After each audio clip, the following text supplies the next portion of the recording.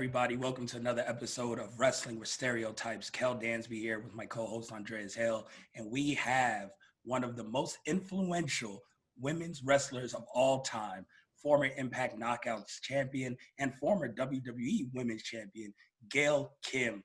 Gail, thank you for joining us. Thank you so much for having me.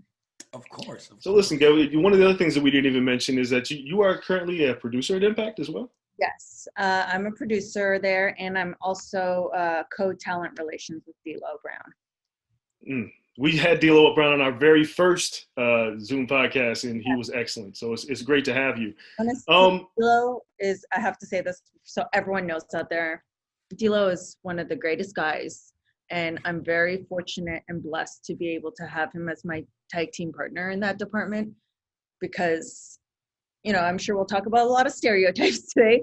But D'Lo, from day one, when I got the bump up to talent relations, he called me and said, I want everyone to feel like you're my equal. And I mean, and he didn't just talk the talk, he walked the walk, and awesome guy. So I had to give him props there. That's incredible. So I guess before we get into everything that you have accomplished and everything that you're doing today, the simple question is, how did you get into pro wrestling? What is your first memory of pro wrestling, and what made you like it so much? My first memory is probably, I don't know how old you guys are, but my sister and I used to watch when everyone watched, you know, when Hulk Hogan and Bret the Hitman Hart, you know, the best era of wrestling, truly, I think. And we'd wait really late on Saturday nights to watch Saturday night's main event. And you know, it was back then before the internet kind of ruined and spoiled the wrestling business in that sense. So I truly believed in it, you know, and that it was all real, as we say, or we'll just say not predetermined. And I just love the characters, the larger than life characters. Because if you watch present day now and then you watch back then, you can see the difference in terms of what it's become. And I would say, nowadays, it's more about the authentic person almost having an extension of their personality in a sense, be that star on TV. So back then, I feel like it was just more cartoonish in a sense, maybe I can say, or action heroes brought to life. So that was cool. And then I stopped watching and I missed the whole Attitude Era. Everyone's always shocked when I tell them that. I'm like, yep, I didn't watch the Attitude Era. And then I was just changing channels one day when I was in college university. And I got hooked on a storyline, and it was the Stephanie McMahon, Hunter and Test storyline, how he tricked her into getting married. And at the same time, the women's division was flourishing, and it was like Trish and Victoria and Jazz and Ivory and Molly Holly. And I fell in love with the sport of wrestling. I fell in love with the women, and I almost became obsessed. I mean, I'm sure, you know, a lot of wrestling fans get obsessed. And I just couldn't miss 1 week of wrestling after that. And then I found a wrestling school, probably a couple of years after that, maybe 2 years or even less. And I was always a very spontaneous person. And so I said, oh, I'm going to take my tuition money, which is bad, people. You know, I'd say finish school first. I always recommend that. And I just figured, because I had very traditional Korean parents who wanted me to do, you know, the structured life, marry a doctor, a lawyer, or become one myself. So I said, I'm going to just keep the secret to myself. And then when I get signed, because I truly believed that I would, I said I would tell them the truth. And I was lucky that it happened pretty quickly. And so I didn't have to lie anymore. I don't like lying, but it was for, I'd say, a good reason. Good enough a reason, because look what you've done now. And I want to follow that real quick, and then Kelly, you can jump in. I mean, that becoming a pro wrestler, we've talked a lot of other pro wrestlers, and when they broach the question to their parents about pro wrestling, they all have these reactions that's like, well, you could be doing something else, you know, maybe not pro wrestling. Yeah. When you finally presented it to your parents, did they know that you were a pro wrestling fan? And then when you told them, what was their immediate reaction? Because you graduated from university at this point, right? I did not. You I didn't? Actually not, because I got signed by WWE. Oh, okay. So to be honest, I don't even think I had a sit down conversation with them. I think they just figured it out because I started doing these little indie shows. And then there was no real conversation. It's so weird because I was never really super tight where we had, I don't know if it's different these days, but a traditional Korean household. I never grew up, my girlfriends were like my family, you know, my sisters and everything. And my sister, of course, grew closer as we became older. But generally, it's a very, I don't even know how to explain it. I'd go to school and keep details of my life very basic, right? So I think my dad always loved boxing, golf, all these things. And I was the son that he never had, essentially, because I was an athlete. And so one day he was talking about boxing and I said, well, I just said, well, I'm wrestling. Right? And then I invited him to a show and he did see me wrestle. But it's almost like they were proud that I made it, but they never really truly followed my career so closely. I mean, it was a thing that they were proud of, but I don't know if they're so interested in wrestling.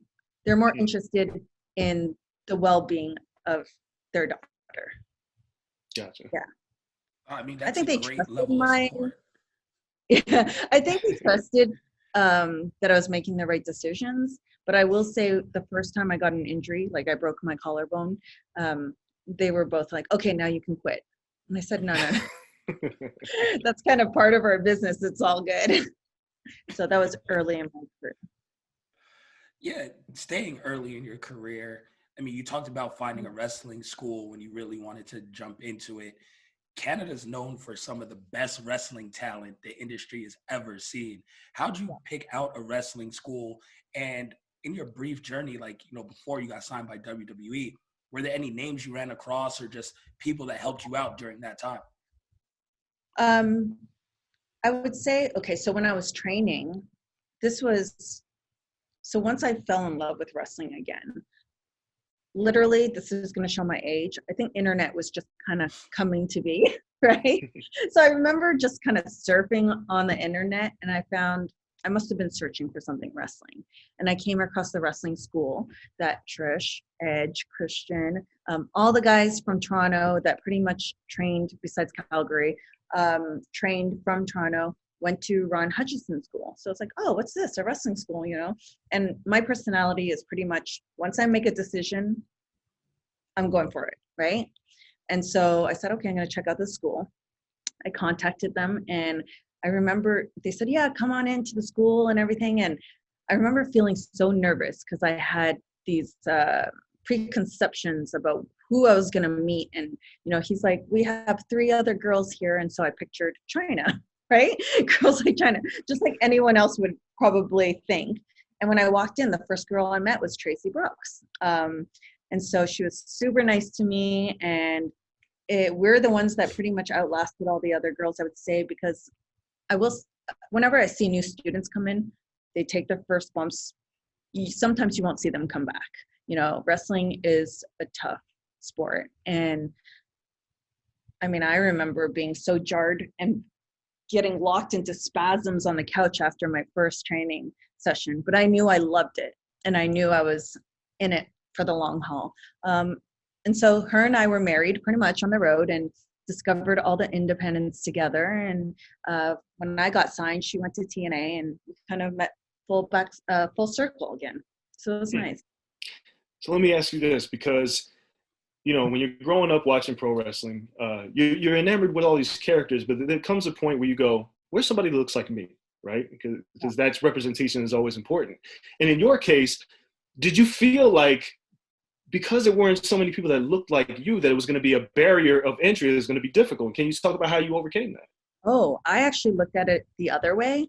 So once I got obsessed with that women's division, my instinct said out loud, and I grew up in Canada. So you got to remember, I never grew up with any type of racism. I don't have any memories of that. I'm very fortunate in that case, being raised in Toronto, where it's a very multicultural place. So my first instinct was, there's no Asian girl in the division. That means there's an opening for me. So I didn't see it as a barrier. I saw it as an opening and an opportunity. And that's pretty much, I think, how I got the opportunity. So once I started training, a year and a half later, or a year later, myself and Beth Phoenix, because she would train a lot with us and have matches with us, we got invited from Ron Hutchison to go to WrestleMania Fan Access, and because it was in Toronto that year.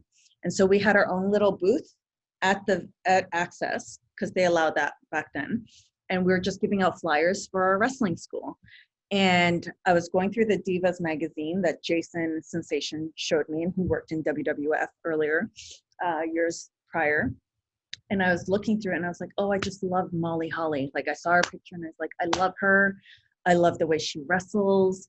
I just admired her. She was my favorite wrestler. And he's like, oh, I know her. We were in Memphis together. He calls her up. She goes to, they run shows or little matches during Access. And he said, oh, she's going to go over there and she's going to be in disguise. So let's go over there and I'll introduce you to her. And so I went and I met her. And I have to say, she's a very unique soul, because she's just so giving. And when she met me, she said, oh, there's no one that looks like you. Why don't you give me your pictures and your matches, like a little promo package? And she asked Beth as well. And then later that summer, we got a phone call to try out, and the rest is history, I guess, right? I got signed there, so it's good. So when you go into that atmosphere, and obviously you're talented, you're hardworking, but you get that opportunity to go into the WWE so fast. What was it like being in a locker room like that? We hear from a lot of people that it's like a culture shock. What was your experience like when you are now like, okay, I want to get here, but you realize like, wow, I'm actually here. This is what the locker room is like. Yeah, it was pretty intimidating. I feel like though we were pretty coached and versed before we went in there about acting properly with respect. Of course, we were taught that from the very beginning. And I remember my tryout. I think I saw Vince, and I didn't talk to him or anything like that. But I remember, sorry. Why is that?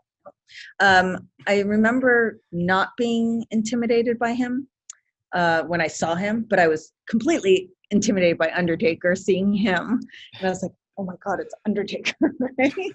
But I will say, there's always those few wrestlers who are super nice and welcoming. And I also got to try out with Beth and Tracy. So it's when you have other girls that with you and going into the same situation, you feel a sense of support, But Molly was great with all of us, and Nydia. I had my tryout match with Nydia, and we just had this amazing chemistry, and it turned out great. All the other wrestlers who already worked in the company at that time, after we were done our matches, they said, you guys did the best out of all the girls we've seen in the past couple of months. So we felt good coming out of it. And so I got signed that day, which was great. And but I was honestly probably too green. I'll admit that. I had potential. Okay. So prior to this, because you mentioned you didn't experience any racism growing up, were you ever in the indies, did they ever try to give you a gimmick where you're just like, I'm not doing that, or that makes me feel uncomfortable? No, because so they put a hood on me at the very beginning, a mask, right? La Felina. Mm-hmm. But Ron Hutchison did that. And the reasoning he had makes sense, of course, now. And he said, well, we have two girls right now, and you guys, and his words were, you guys are both too beautiful to be booed. So and Tracy had already debuted as a babyface. So he said, let's put a hood on you, and then eventually down the road, we'll do a hair versus mask match, which turned out to be, they did it right. And looking back now, and even then probably, I remember it's your debut. And I had my debut 3 months after training. I was terrified, right? You are terrified. I was never one to be a performer growing up in high school or whatever, elementary school, I was always an athlete, but not a performer. So having the mask actually helped me out because nobody could see if I was terrified. Nobody could see if I was awkward or embarrassed. I could just kind of let everything out with my physicality. So it was much better, actually. That was the only time I would say. You mentioned you're like terrified and everything, but it's odd because your first WWE match, you win the title. Yeah. So it's not like you had time to prepare for that either. No, and they told me I was gonna win the title at like 4:00 that afternoon. So, and I thought it was a joke, to be honest. And I was just so green and like just trying to do the right thing, and I didn't think about how the other girls would feel about it. Are they like, oh, this new girl's coming in and just taking the title, and they know it's not my choice, obviously, but I didn't know how they feel. And I remember them telling me, and I laughed because I thought it was a joke. They were playing a joke on me, and they're like, nope, it's real. And I was like, oh my God. You don't even know how to process that. And everybody always asks me the question, how did you feel when you won the title your first night? And it was a blur. It was a blur. And if you go back and watch it, at the very end, literally, this is how green I was. The referee was saying from the back, from gorilla position, Vince probably saying, tell her to be more happy. Be excited. Because all my indies, I worked as a heel, and people don't realize that. So to come in, first off, just being 2 years into wrestling, which sounds like a long time, guys, but it's truly not. It took me probably 8 years to feel totally, totally confident and like a ringleader in there. And so I just wanted to do the best job possible, but I had never been a babyface. And for people who are not comfortable as a babyface right off the bat, it was very difficult. And that's why you'll see 2 months later, I lost the title and turned heel with Molly because it didn't work, right? Yep. So I have to ask this question because when you came in, the women's division was still kind of hot. Like it didn't become what it eventually became. Right. Do you remember any conversations when you noticed that the women were being devalued a bit and that title wasn't what it was when you got a hold of it? And how did you process that? Is it Vince? I don't know whose idea this was, but the women's division is now changing to not what you wanted it to be when you first came in. Yeah, there's a very definitive turning point, and that was the Diva search.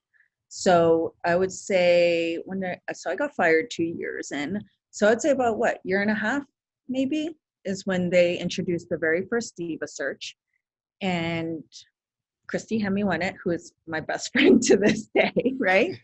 So, and that's when it started changing. And when I got released, I remember Johnny Ace calling me and he's like, okay, well, we're going to have to release you. And he just wanted to hang up. And I was like, wait, hang on a second here. Can you at least tell me why or what's happening? Because I had just started a new storyline on the previous Raw, like literally the first beginning of the storyline with Lita and Trish. And he said, we're just going in a different direction with the women's division. And myself, Jazz, and Nydia were released. And then they hired, a bunch of the Diva Search girls. And it kind of continued on that path for a couple of years, I would say, or more. I mean, when this happens, you, Jazz, and Nydia, and we all know Jazz is awesome. Mm-hmm. Did you notice? Obviously you worry about your future, but now is there a point now is like, well, we're women and we can wrestle. Like, what do we do with this? Because the biggest wrestling promotion in the world at the moment does not care about women that can wrestle. In hindsight, we would think that we think that way. But to be honest, my passion got killed at that moment. So, usually what happens with any WWE wrestler, once they get released, you get a ton of offers for independent shows, other promotions wanting you to work. And I got a lot of offers and I didn't accept one of them, not one. I didn't think about the money. I just had zero passion. I was ready to quit the business. And I'd say that year, I took about a year off, but I did 2 shows, one in Korea, I think, I'm trying to remember, and one in Australia. But I took a long break because I didn't know whether I wanted to come back. And then so when I went to Australia, on that tour was a lot of the TNA guys, and it was like Jeff Jarrett, Scott D'Amore. Oh no, was Scott there? No, no. Jeff Jarrett, AJ Styles, Christopher Daniels, a whole bunch of us, Samoa Joe, and that's when Jeff met me. So after that tour was done, TNA was moving from Fox Sports to Spike, and so they called me, Scott, and he said, "I know you quit wrestling, but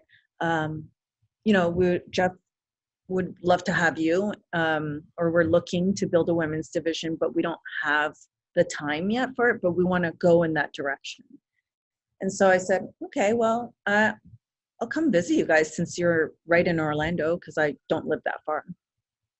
And I went, and I remember walking onto the set, and I saw all the guys that I trained with and had shows with in Canada, Bobby Roode, Petey Williams, all those people.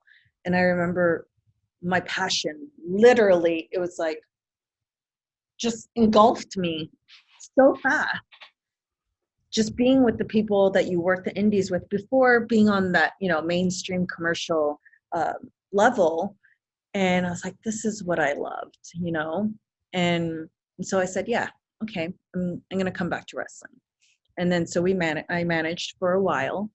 And then it got to the point where I was like, okay, guys, when are we going to have this women's division? Because it was very hard for me to stand on the sideline and manage and still be used, but I couldn't wrestle. I'd be watching these guys wrestle and do what I loved. And to me, I felt like I have more to give to this business than managing. And so, I really pushed for it. And eventually they brought in Jackie Moore and kind of went from there. Wow, we'll touch on your entire Impact career here shortly, because I mean, a lot of people, that's what we remember you for, right? Like, you were just incredible in the ring. But before we leave the topic of WWE, you said that they went in a different direction. It was about a decade worth of a different direction. Yeah, it was a long time. It was a very long time. A very long time. Do you remember your feelings and what you thought when you saw NXT kind of change the direction of women again for WWE? A lot of people attribute it to the 4 horsewomen of NXT, Sasha, Bayley, the lot. But what did you think? Because again, you were that last wave where like, okay, wrestling matters for women. To see it come back, how did you feel? I felt so happy that it took too long, to be honest. I felt like it took too long. So normally, once TNA started their women's division and it almost kind of became a success overnight, I thought that they would follow suit pretty quickly, seeing the success of it. But I think, from my experience anyways, I think it was Vince suppressing it all. And I think Hunter actually, with the women, was the key to kind of bring it back a little bit. Because when I quit the second time, I did talk to Hunter, and he was, whether it was truthful or not, I don't know, he seemed sincere.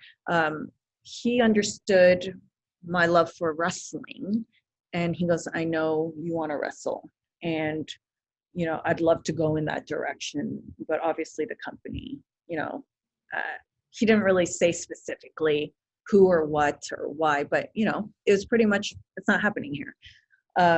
So, and we know Hunter is pretty much the creator of NXT in a sense of what the successful product is today. So I give him a lot of credit for making that happen, to be honest. And the fans obviously first, because they're the ones that demanded it and forced Vince to hear that. So, the fans will always dictate, eventually, if you talk loud enough, they will dictate how the business goes, I think. I've got to divert really quick because you mentioned Hunter and Vince, and we've heard a lot of things. We have a lot of conversations happen. It's like, well, one day Vince won't be here. Yeah. And one day it'll be what we think is Triple H and Stephanie. Right. Do you think that it is institutional in WWE? Because we still have issues, no matter how successful the New Day are, no matter how successful Sasha Banks is. For instance, We haven't seen a dark-skinned black woman be successful. We haven't seen any Asian characters be successful. They get to a certain point, and I feel like when they turn babyface, they get stupid. They treat Asuka like she's an idiot. But do you think when Vince... I don't follow the product closely enough. I thought that they were starting to treat her better. Is this... It seems like they do until Charlotte comes around, and then she's always like, surprise, you're the dummy, and she gets turned on.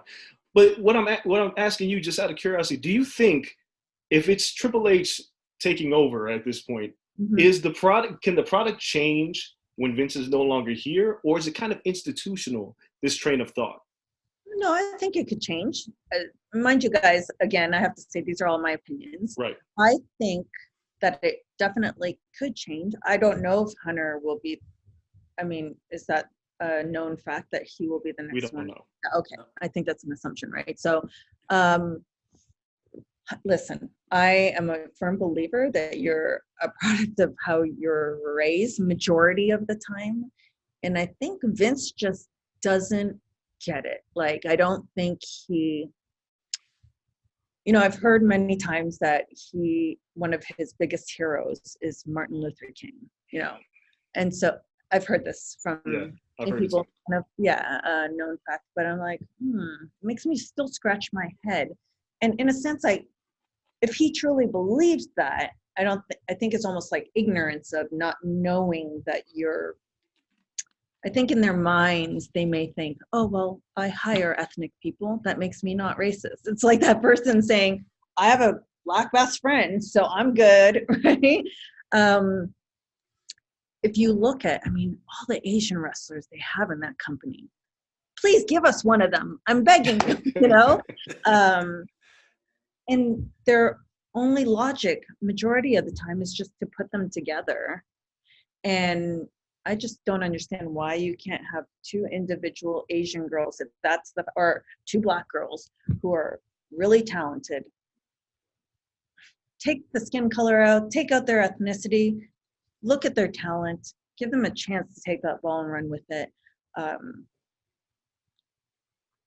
That's the frustrating part of it all, and when I worked at TNA, that was never even a question. And we never even thought about the fact that Awesome Kong was black and I was Asian. Like, we never thought about that. It was just me and Kia, Gail and Kia doing their thing. And maybe it's getting better there, but I agree with you. Like, Naomi's a great example. How long has she been there? She's a great athlete. The fans love her. Why couldn't she have been the face of the company at one point, Those kind of things kind of irk me a little bit as well. But I guess it's not a deal breaker for a lot of fans, I don't know. I don't know what to say. It's a very frustrating thing at times, but I'm glad we're discussing it. Have to. Yeah. But we see a lot of fans, turning towards alternatives. Right? Yeah. Like the indie movement got really big. Yes. I'd say, 2013, people say it's CM Punk's pipe bomb. But I think people just wanted an alternative. People said TNA was going to die like 8 times this past decade. You guys are thriving. People want that alternative. So you being there, first person, what makes TNA so special and makes it so easy for that diversity to just happen naturally when you were there as a wrestler and you there now? Yeah. It's the same. I've always felt the same in terms of being accepted as a person, no matter what ethnicity anyone was. They're very good. And this is the one thing I'll always say to any talent that I'm talking to, if there's potential of them coming to work for us, say, listen, this crew, they are so good at using everybody. No one's wasted on our roster. And even that little glimmer of, say someone comes in and they just don't know what their character is. Eventually over time, the creative team gets to know what your quirks are, what your personality is like, and they blow that up and they find your natural comfort zone to find that character. I think that they're just so good at that right now. Currently is probably one of the best times, I would say, creatively in terms of doing that. And obviously for the women's division, I feel like it's one of the companies, even though there are many companies out there now, what you were just saying, you know, we wanted alternatives. There's us, ROH, AEW, and NXT, and all those other things. But I feel like we are known for our X division and our women's division. And I think those are great highlights of the company, and that we have never really strayed from that. It's kind of been pretty consistent in that regard. It's incredible. And you mentioned the match with Awesome Kong, and I remember watching that. Yeah. And the first thing I thought was, holy shit, like you guys were laying it in. Like this was a very physical match. Yeah. The second thing I thought is, there is an Asian woman and a large black woman on my screen, and they're wrestling and they're really good at it, and they're not saddled with any gimmicks that demean them as individuals. You were just two really good wrestlers. Did you ever at any moment in that match know the magnitude of what was going on? And looking back, do you look at it now and was like, we could have never done this in WWE. It probably would have never happened. But this is a monumental moment that inspires young girls who may not look like Trish to be wrestlers like you. We didn't think about that at the moment. Honestly, I think we're just happy to be doing what we loved, and we're happy to be getting the opportunity. You got to remember, my first match with Kong was one show before Bound for Glory for the women's title. So we literally brought in 10 girls overnight. I mean, well, not maybe 10, maybe 8, because Tracy was part of that. Jackie Moore was already there. Oh, Roxy Lova. Okay, so maybe they brought in a bunch of girls. And you don't know what's going to happen when you bring in a bunch of girls all at once. You might think, is it going to be a big cat fight and drama? Or you think, but it was great, because there are so many women who are hungry at that point that wanted to see women's wrestling. And I think, you know, I remember hearing from a lot of other wrestlers, even girls at that time, saying, nobody wants to watch women's wrestling. And I'm like, I refuse to believe that, because I want to watch women's wrestling. And so, you know, just fighting for that and having that happen was just more satisfying, I guess you could say. Sorry, I was getting interrupted. I lost my train of thought. Go back to the question. Oh, do we know what we're doing at that moment? Yeah, and then actually, I want to follow that. Was now looking back, do you recognize how significant that moment was? Now looking back, I mean, now it's been 15 plus years, I would say, around there, or 15 years or something like that. I feel like Kong and I will always have a special bond in real life because of that. Even with Taryn too, you know, the people that I had these special magical moments with, you just have this special bond. You know, I'm sure just like Ric Flair has a special bond with Ricky Steamboat. Right?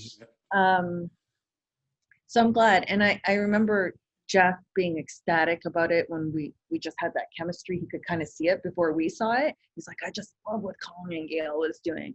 And so we're like, okay, let's take this ball and run with it. And because women's wrestling was so new at that time, they kind of just left it very basic, you know, like not an afterthought. That's the bad word to use, but all the gimmicky matches were being put into the men's matches. And then they just go, okay, let's keep the storyline really basic for Kong and Gail, you know, David Goliath kind of thing. And that's what works in wrestling. You know, if you just stay with the basic fundamentals of storytelling, that's what works. And it worked somehow. So I got to ask this question, because when you first wrestled Kong, you mouthed the words, oh shit. Yes. That was real. Why it looked real. So I need to know, why was this your first time seeing her? Yes, in gear, yes. So this is the story of how we got Kong. She was working in Japan, and Loki told me about her. And because we were talking about putting a list together of all the indie girls that we wanted to be part of this gauntlet to see if it was going to work, I said, well, Loki just told me about this girl in Japan, and she sounds so different. Like, let's use her. And they were intrigued, right? I remember talking to Dutch Mantel about it, and they were intrigued. And then when Kia came in, I mean, if you guys have ever talked to her in real life, She's like, I love Harry Potter. I'm probably going to ruin her gimmick, babe. But I never saw her in gear. I chose not to watch her stuff because I just kind of wanted to go with the flow at the beginning. I don't know why, because I would probably plan that differently now. And so when she came out, I had never heard her entrance music either. So it's like, and so, and her facials back then, my God, she was on another level. And so to see that all come out with the entrance music, her gear, her facials, I was scared. I was terrified. I'm like, oh my God, what's going to happen right now? And so it was good. It was good. Being genuine is amazing. And you take all that experience into what you do now. You mentioned some of the talent on Impact in your women's division. Right. I want to go back because 2 years ago, something I'm not sure if you'll see again, but I want your opinion on it. There was a point where Tessa Blanchard was put in position to win the TNA title, like just the main title of the company, or it might have been the Impact World Championship by then. So she was in that position. What was that like being there? And do you think that's something we'll see more going down the line where women now are considered just main event players for the entire company and that we could see a woman hold just a complete title in a company again? Right. I mean, I think it would have to take a very special talent, and Tessa Blanchard is one of them, I'm very traditional thinking in that sense, where I don't mind seeing intergender matches at all, as long as, and there was a whole debate not that long ago, I guess a couple of years ago or a year ago, about whether people wanted to see it or not. And because wrestling has just changed so much over the years, of course people want to see it. And I like it if the wrestlers are believable.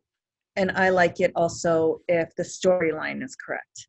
I don't want to see it as a very normal thing because I like being different. I really do like watching women's wrestling. I love watching women wrestle women. And then once in a while, I love seeing a mixed tag or, yeah, sure, an intergender match if it's the right storyline, like I said. This is my opinion also. I don't think I've ever said this out loud, but I'm going to say it because I'm being honest. I preferred Tessa wrestling the women. I thought it was almost like, I don't know, the wrestling was just as good. I mean, she could keep up 100%, but I felt like she was more relaxed as a female wrestler.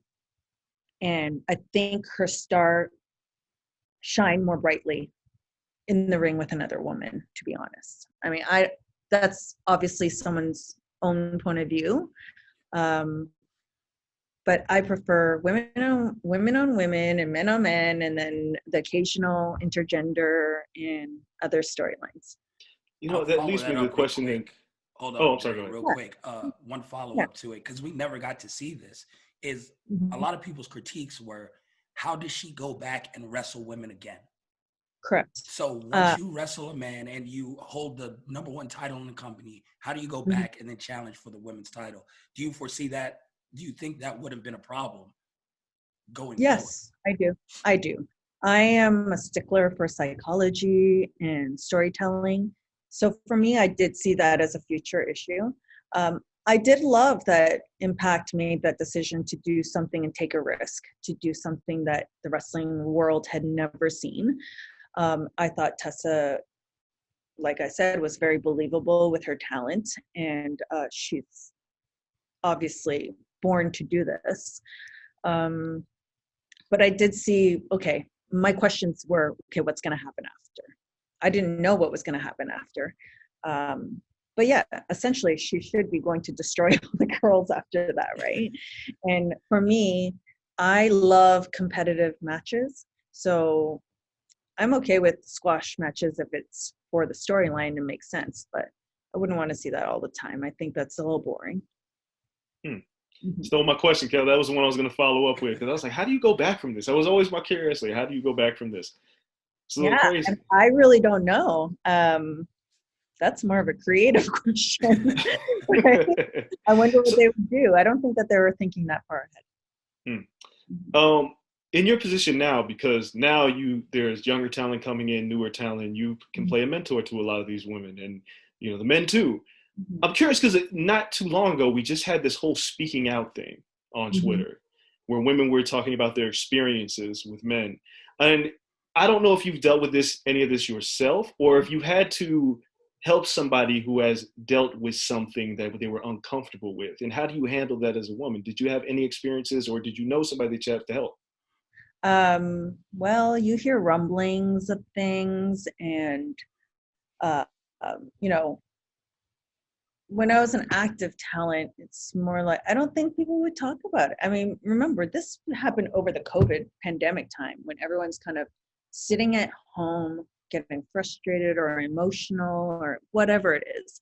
And a lot of people felt the need to speak out about something, which I'm glad, because even if, say, these things were happening with specific individuals, and maybe they weren't stopped in any way or whatever it may be, I feel like overall for the business, it was a positive impact.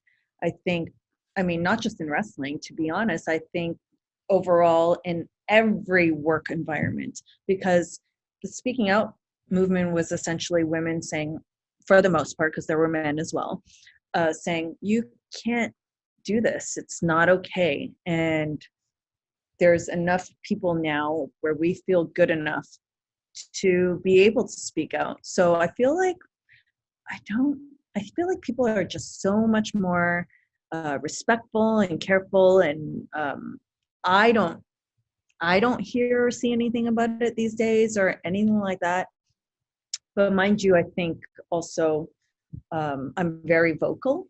So maybe if there are issues like that around, it wouldn't be exposed to me because they'd probably be afraid I'd be saying something out loud, right?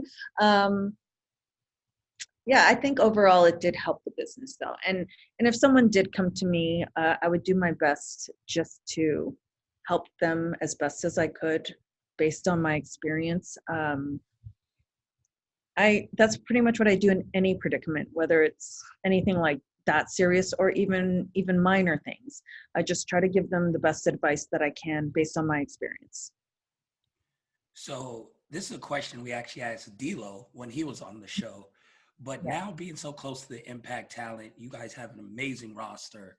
Who are some of, the bright stars that you see where you look and say, you know what, this person's going to be a big thing, not just today, not just tomorrow, but like 10 years from now. D'Lo was really, big on Chris Bay and Rich Swann is champion and everything. Who do you feel, and obviously the entire roster is talented, but someone that you look at now and be like, I can help them grow to be the main event person they want to be? Yes. I think Chris and Rich were great examples. They're the first males that came to my head right away. When you're that young and you're talented, like that talented, and you're that hungry, and when you're watching them, the little things that they do, I don't know how to describe it. It's just, you just know, right? And so, and for the women, if I had to pick one, I'd say Jordan, because when she first came into our company, she was very like, her character, you got to get her personality. It's a little bit dry or something, and so I couldn't read her, I couldn't read her as an agent telling the talent, trying to help her out. And at the very beginning, for the first year, I didn't see much change from her. I saw the passion, but I didn't see the change. And then all of a sudden one day, it was like it clicked and the emotion came out. And, for me, being around all the talent, and the one thing I look for is the hunger. Who wants to come in here and steal the show every single time they come in? Like, that's how I felt every time I was wrestling. I would be so nerdy. I would go to bed early before whatever big match, and I'd say, sorry guys, I'm not drinking. I don't care if I'm a nerd. I don't care if you're putting pressure on me. I never felt the pressure or didn't have FOMO ever. I was just like, my match is way more important than anything else. And I would prep for weeks, watching stuff and like just thinking like, how am I going to be the best? And Jordan comes in all the time with a lot of ideas, and now that she's kind of developed and taken our advice from all of us, who are there, and applied it, I feel like the sky's the limit for her. And when I see her killing, I have such pride. Like I literally have so much pride, and I get emotional, So I feel like if she just keeps on going in that direction, the world, can be her oyster, for sure. Mm-hmm. So obviously, you're at Impact, so you have to talk about Impact and how great they are. But I'm curious, when talent leaves Impact to go somewhere else, whether it be WWE or whoever, because you were at TNA Impact and you ended up going back to WWE. Yes. How do you talk to the talent when they say, okay, I'm going to make this move? Because sometimes, like, as fans, we'll see somebody like Robert Roode, we get concerned they're going to misuse him. Yes. They don't understand the character. Nakamura, right. We look at him, they're going to misuse him. Yeah. Do you have conversations with talent that is considering leaving? And obviously you want them to stay. Yes. How do you balance this? Because you want their best for their well-being, and maybe they're getting offered more elsewhere, but maybe they'll be happier in the long run staying with you. Yeah. Of course, I always say the same thing, just pretty much how you said it. We would love for you to stay, and I think it would be great. But when they've never experienced being in WWE or an AEW or whatever it is, and they've experienced us already, I always say it's a natural progression for you to want to go experience that. I know I didn't enjoy my experiences there, but what's to say that they're not going to have, their experience might be different. But so I always just say, go experience it, and obviously more than likely the door's always open to come back. So why not? I think it's a natural progression for that to happen. I don't want to see it happen all the time, because now I feel like we build them all and then, they're off, and they're like your little babies or your children, and you want the best for them. So you don't want to see them being misused or not being used at all. I guess because I've been in the business now for a while, it's almost like a normal thing, it's disappointing when someone gets lost in the shuffle, or when you know that they're capable of so much more. Or like we're talking about the stereotypes, when you're not being used, or so you're being used and Impact at your greatest capabilities, but then you go there and you just become a number. That is frustrating, but normally people feel it. They'll feel it, and then they can move on after that. I just never want their passion to be killed. I've seen that happen. And that's what I was going to ask you, because you've had your passion killed and you had to come back. Some people, like when Rich Swann, I remember when we talked to him, he said there was a moment where he lost his passion for the business. Yes. And it was reinvigorated with you guys.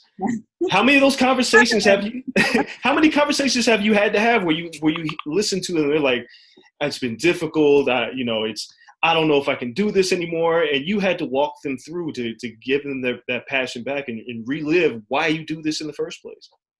I've never had that conversation, to be honest. It's normally when they come back to our company that you'll see their passion reignited. It's only, for me, I'm just always sad when I see people who never regain that passion again. It's very rare for that to happen, because normally people do get their passion back. And even, one wrestler I know who was in the business for so long and that company kind of killed their passion, they went to an indie show to watch it, and they're like, oh my God, I forgot how much I loved wrestling, and it's funny that an indie show can just do that. Just like it did for me, the independent wrestlers that I worked with, it made that come back. And it would just be disappointing if someone had so much to give and that someone could kill that passion for them. that would be the sad part. All right, we have a couple more minutes here. So I want to open up kind of just some hypothetical questions for you because we always like to do this at the end of shows. Right now, current talent, any company, Yeah. 3 women you would wrestle if you could. I get all these questions all the time. Okay, I don't want to choose any of the knockouts because I work with them and I don't want to pick favorites. Okay, so let's go outside my company. I can pick All right. 3. Yes. There's plenty of talented women, guys, right? So I would pick, even that's hard because there's so many talented women now. Of course, Sasha, she's up there, right? Because she's like at the top of the game there. God, Asuka, probably, since Kyrie is gone now. I liked her too. Let's see. I'm trying to think. Who's over in AEW right now? I'm trying to think. I feel like the majority of the girls, because I've been more exposed to them, because AEW hasn't been around a long time, and they haven't focused on the women's divisions as much as WWE has or NXT. I like any of those girls, like Asuka, like Charlotte and Bailey, and everyone. I mean, Thunder they're all Rosa would be like a 5-star match. I haven't seen her work in a while. Everybody has been bringing up her name a lot lately, so maybe I need to go back and watch some recent stuff because I don't think hearing her name completely signed. Cough, cough. In case. Oh, really? Oh, because NWA. Yeah. Yes. I think she's still kind of a free agent if you're looking to recruit. I like hearing suggestions, especially from people who watch wrestling. It's good because we're always looking for women, especially since we have this tag team division happening now. So I'm excited. Yeah, how do you feel about that? A tag team division? Because you mentioned you worked with some of your best friends. Like you never had the opportunity to be like, "Hey, let's be tag team champs." How do you feel with that? Oh my gosh, I'm so excited for the girls, to be honest, because when there's especially with women's wrestling being so prevalent right now, there's so many women, and like I said, we use everyone. So, but when you're using everyone and there's only one title, it's kind of hard, right? I mean, we are good at building storylines, but of course everyone's competing for that title. So bringing in the tag team titles, the girls were so excited. I mean, we were talking about it for over a year before that even happened. And we're like, yes, it's finally happening. And it's going to be happening Saturday night, right? At Hard to Kill. So I'm so excited. And I'm happy for the girls more than anything, because I remember when they told us we were getting just the Knockouts Championship, I screamed out loud in the arena. And they're like, yeah, we got the title. I was like, ah! Like at the top of my lungs. So I can just imagine how they feel. One of my last questions is, you've been in this business, like you mentioned, for a while, and you've seen it change.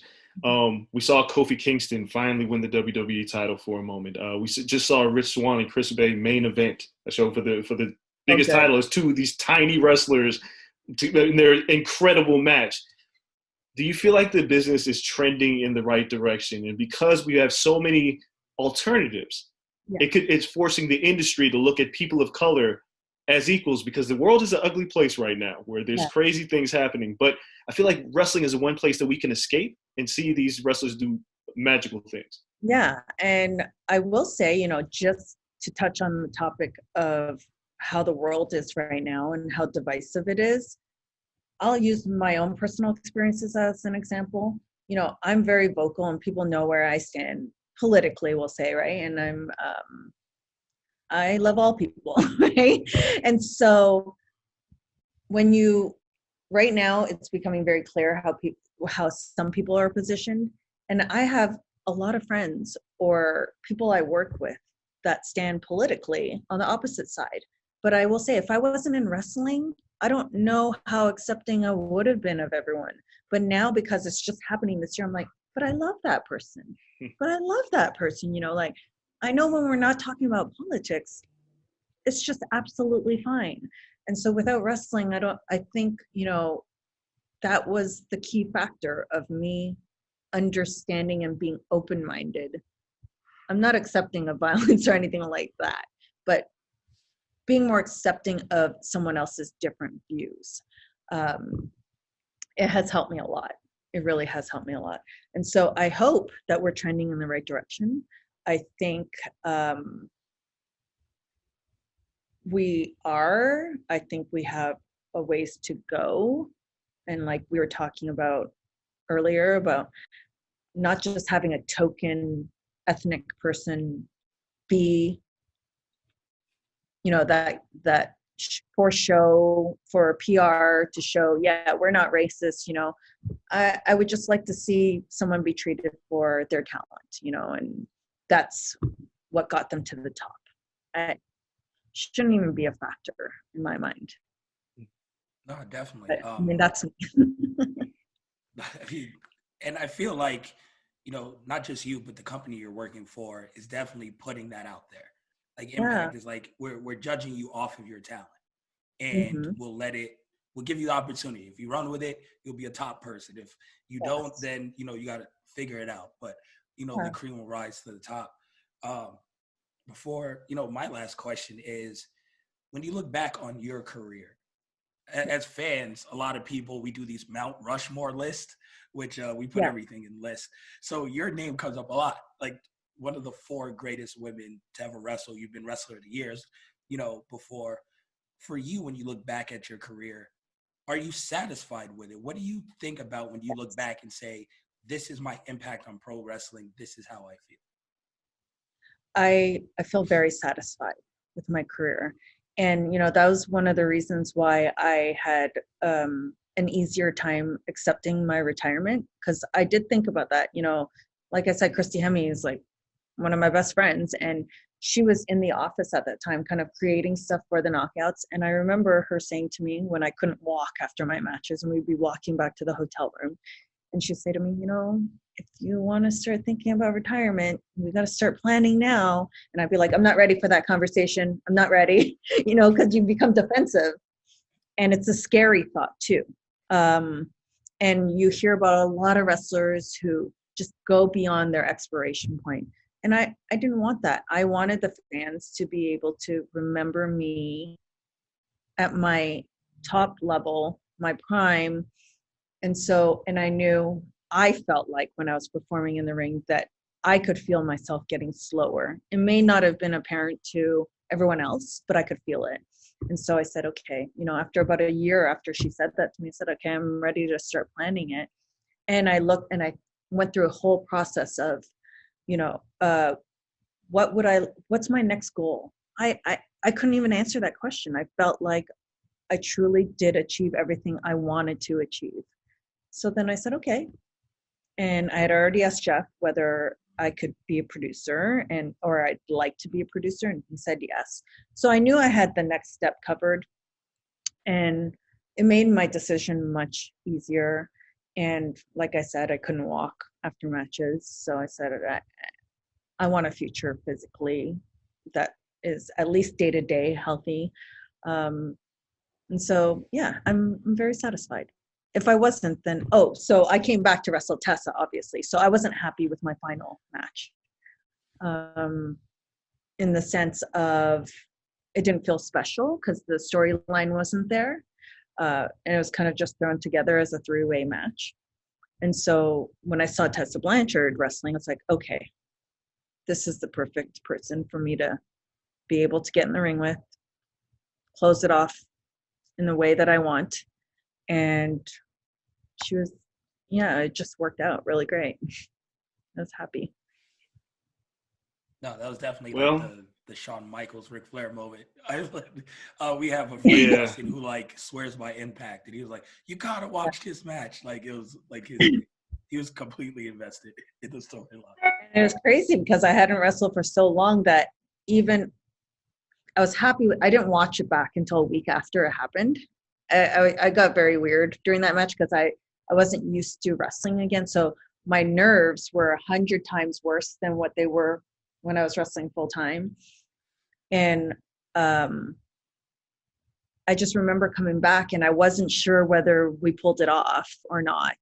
And then I waited about a week to watch it because I was nervous to watch it back because I'm very hard on myself. And then I watched it back and I was like, okay, yeah, I was really happy with that. I was really happy with that. Yeah. Kel, before I let you take it home, Gail, I mean, what we like to do on this show is we like to give people their flowers while they're still here. And everything that you have done, all of your accomplishments, we have to give you your flowers because you have been incredible. And your position now is you're pushing this business forward in ways that we didn't see 20 years ago. So we have to thank you as fans because of everything that you have done. And your flowers are well deserved. And I don't want to wait till you're long gone to give them to you. So on the show, we're giving Gail Kim her flowers. I really appreciate that. It's always just nice to hear from people who watch the sport or sports entertainment and appreciate what we do. So thank you so much. You're very welcome. Kel, you can take us home. You are definitely appreciated. We appreciate you joining us today. Everyone, we appreciate you for watching another show, Wrestling with Stereotypes. For myself, Andreas and Kel, thank you, Gail, for joining us. Make sure you guys support Impact Wrestling. Make sure you guys watch the pay-per-view women's match. Hard to Kill, Saturday, 8 o'clock. Exactly. You guys don't miss it. Again, thank you to everyone. Until next time, we're out. Peace.